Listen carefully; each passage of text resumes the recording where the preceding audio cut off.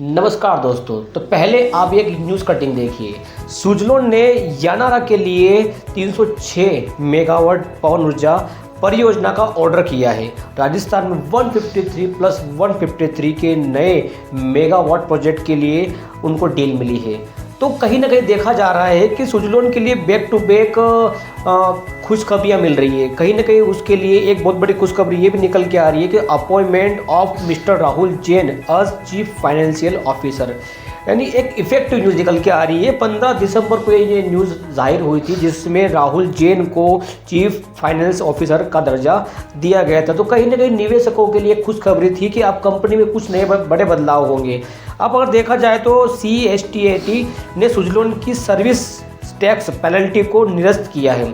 कहीं ना कहीं कोर्ट ने लगाया जो पेनल्टी लगाई थी उसको नील कर दिया गया। तो एक बहुत बड़ी खुशखबरी ये भी आ रही थी निवेशकों के लिए निकलकर। सुजलोन का जो सेकेंड क्वार्टर का फाइनेंशियल ऑफ द 26 रिजल्ट जो है वो 1279 करोड़ का जो नेट प्रॉफिट है वो भी निकल के आया हुआ था। उसमें देखा जाए तो आंकड़े साफ बता रहे हैं कि 85% का ज़बरदस्त ग्रोथ मिला है सुजलोन कंपनी को, और इससे भी एक निवेशकों में एक बड़ी खुशखबरी देखने को मिल रही थी।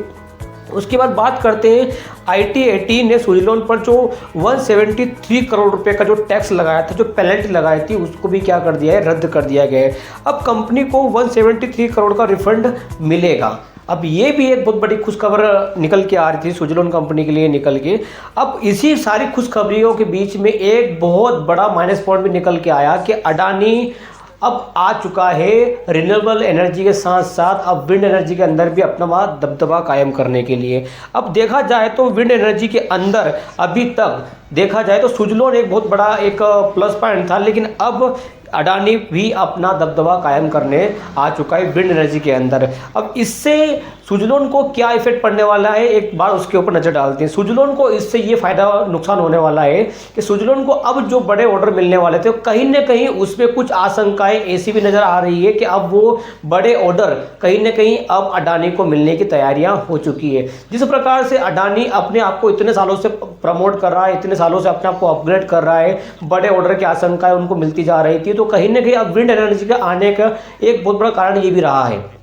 अब कहीं ना कहीं देखा जा रहा है कि विंड एनर्जी के अंदर अगर अडानी पावर आता है तो कहीं ना कहीं अब सुजलोन के निवेशकों के लिए भी एक बहुत बड़ा खतरा निकल के आ रहा है। इतने सालों से बड़े ऑर्डर मिलने के बावजूद भी सुजलोन के निवेशकों को कोई खास अच्छा रिटर्न नहीं मिला है और ख़ास कोई रैली नहीं देखने को मिली है। पिछले कई दशकों से सुजलोन अपने ही दायरे में अपना शेयर घुमाता जा रहा है, यानी कि एक सिग्नल के अकॉर्डिंग देखा जाए तो कोई खास रिटर्न सुजलोन ने नहीं दिया है। लेकिन अब उसमें भी अब कहीं ना कहीं निवेशकों के लिए माइनस पॉइंट निकल के आ रहा है। वो माइनस पॉइंट कौन है? वो है अडानी पावर।